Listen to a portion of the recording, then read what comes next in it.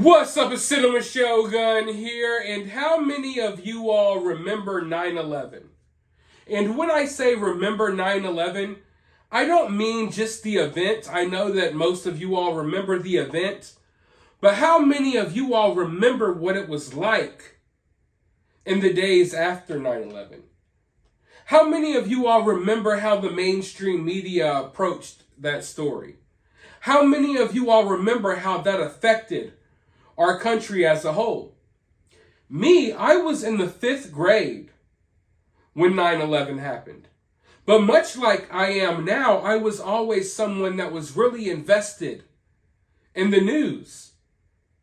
After 9/11 happened, most of my classmates didn't even care or acknowledge or really, I think, even understand what took place.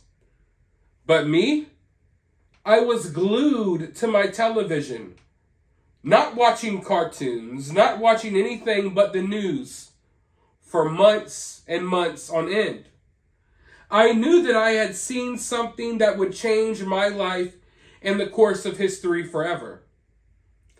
And I was learning lessons about how the mainstream media worked. I was forming my own conclusions, forming my own conspiracies sometimes, if you will, because a lot of the things did not add up.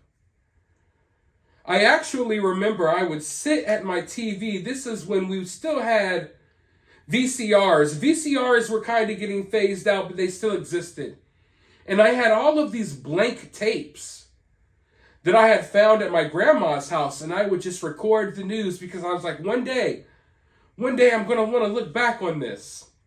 I've never looked back on it. But I do remember how the mainstream media covered that story. And I specifically remember that after 9/11, there was a lot of questions about whether the air was okay to breathe. Because, much of New York City was just under this cloud of dust. And people were complaining about having issues, breathing health issues, but nonstop. The Environmental Protection Agency would come to town and they would do these little interviews. And they would tell people, hey, everything's okay. The air is perfectly safe to breathe. Come on down here to ground zero. Take a nice deep breath. And they would constantly tell people, it's okay, the air is okay to breathe, the air is okay to breathe. Spoiler alert, the air was not okay to breathe. And people to this day are dying from the substances that they breathed in during 9/11. I kid you not.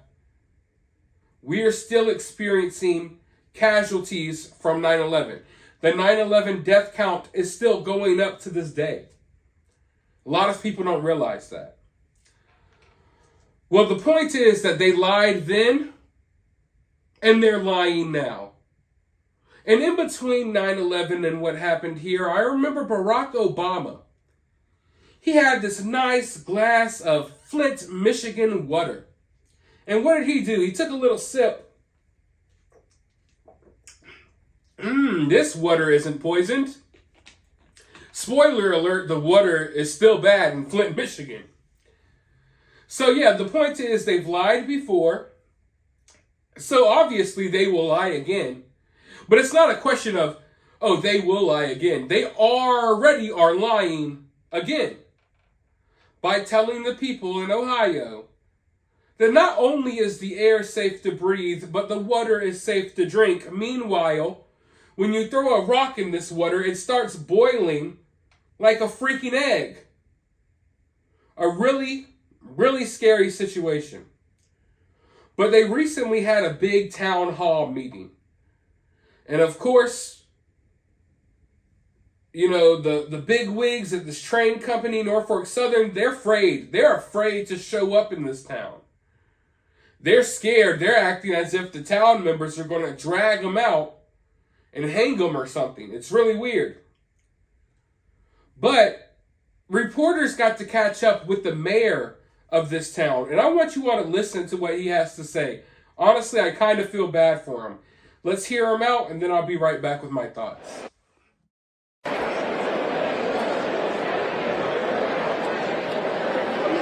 This format was for safety. Everybody had safety concerns. The people want answers. I want answers. We're going to put everybody up here. No, Norfolk Southern didn't show up. They didn't feel it was safe. I've been outside all night. There's a long line. This isn't the way this is supposed to go. We're going to have everybody go up in the stands. They can ask questions. We just hope everybody stays civil. If not, they'll end it. But how did you want it to go? I wanted to be in the auditorium, in front of the stage, representing the citizens. Peacefully. They've said I've kept my mouth shut. I was here for the first 5 days, but the last 5 days I haven't been here. The reason I haven't been here has been working behind the scenes trying to get higher elected officials in here to help us out. I'm a mayor of a town of 4,700 people. If you think I can fight against a railroad, or fight against the EPA, or fight against anything like that, you're crazy. What's your reaction to them saying they don't feel safe coming here tonight? I don't feel safe in my town. I tell everybody they're safe. I think our citizens are safe. I think my drinking water's safe. How are you going to get them to talk to you if they're sitting at these tables? The tables we just did because we can't, we're trying to get information out to our citizens. Everybody's concerned. I'm concerned. But, it's not Norfolk Southern here. It's the EPA, the people that have been working with us, trying to get our citizens back into their homes safe. That's what we need right now. We need our citizens to feel safe in their own homes. You sound frustrated. What? You sound frustrated. I'm very frustrated. You guys are doing the best you can. I understand you have to get views, so sometimes you put stuff out. I had a talk with Mr. Boney. His station decided to say that we nuked our town. We didn't nuke our town.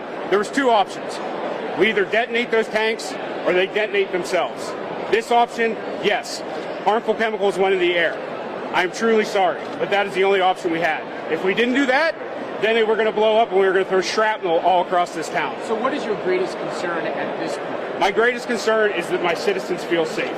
That's what I care about. I don't care about anything else. I don't care about giving reports on TV. I want you all safe. I want my citizens. I want this. I don't want 50 cameras around me. I want to be watching a basketball game here, watching my kids play in this gym. People keep forgetting. I'm a local politician. I live in this town. I don't live somewhere else making decisions for Columbus or Washington, D.C. I live in East Palestine. I live 2 blocks from here. I live 2 blocks from the train tracks. I'm concerned just like everybody else. The reality... Have you spoke with Norfolk Southern? I speak with them every day.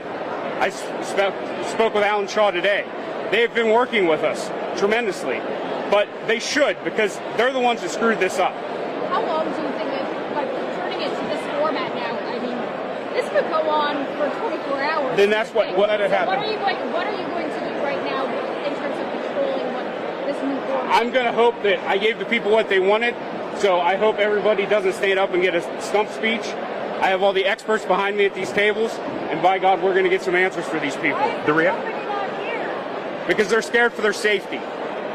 The reality is your town is under a microscope. The EPA administrator is coming tomorrow. Yes. What is your message for him? What do you need? I need help. I'm not ready for this. I wasn't built for this.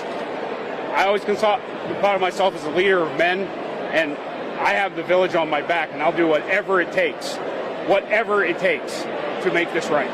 You know that I'm not leaving. I'm not going anywhere. This is my town. I'm not going to sell my house. I'm not going to move my kids out of the school. I'm here to stay, and they're going to make it right, and that's it. That's it. I'm done playing games. They're not playing games either. It's not he said, she said. They screwed up our town. They're going to fix it. If they don't, I'll be the first one calling all you back to do this all over again. What is it Mayor, that you're in the middle of a growing folks who live here need to hear to feel safe? This is. Go ahead. You want to take it? Sorry. What is it that you think folks here need to hear to feel safe? I think they need answers. If it's true, you hear a lot of things on social media, and I know everybody's been blasting me about social media, but if this disaster would have been in the 1980s, it would have been a whole different disaster. Now that we have social media is a good thing. We're getting good information out, but we're also getting a lot of bad information too, and it's scaring the hell out of our residents. And quite frankly, I'm sick and tired of it. Like, if you don't have anything nice to say, don't say it all. We don't need homegrown chemists. We don't need all this. We need actual people that know what they're doing, giving us answers for our people. Can we all step back and hear everybody's opinion? Absolutely. You guys are all here for that, as well as all of us. Let's hear what everybody has to say, so everybody has the same story when we go home tonight. No, How long do you think you're going to have? I would hope a couple hours we can have the majority of questions answered. Thank you. Thank you, Mr. Mayor. Like I said earlier, I feel bad for this dude. None of this is this guy's fault. And like he says, I don't think he was prepared for anything like this at all. You know, but there seems to be a lot of frustration from these people because people don't trust the government. They don't trust them when they say it's okay to go home, it's okay to breathe this air, it's okay to drink this. If you want to repair some form of trust, then you usually start by telling the truth. Being transparent. These people are frustrated because the people of this town have lost faith in these government officials. Yet what are they doing to change that? All they're doing is lying even more. When you tell this town that it's okay, the water is safe, and then they can literally walk into their backyard, go to the creek, and see dead animals and chemical sheens on the water, why do you expect them to trust you? And this is where I start having a problem with this story, because you could see that he was already planting the seeds. And don't get me wrong, I don't really blame this guy for it at all, but he's been given his talking points. And what's going on right now, it's way out of this dude's league. You can tell, and he even tells you. All of this stuff is way over this dude's head, way out of this dude's league. So all they do is they call him up, give him some talking points and whatnot. So he's frustrated because of the things that people are starting to say. Sorry. What did you think was going to happen? Look at the creek outside. You know what I mean? So what's happening is that they're already trying to pretend as if, or they're already trying to set it up like, if you don't believe that the air and the water is safe, it's because you're a conspiracy theorist and you believe what you see online instead of believing the government. Yeah, pretty much. Yeah. For the last few years, the things that I've read online have been way more reliable than the government. So they're already planting the seeds of, if you call Ohio out, you're a bad person now. It must be because you belong to a certain political party if you have a problem with the people of East Palestine drinking chemicals and breathing chemical air. So they're already trying to set up that divisiveness.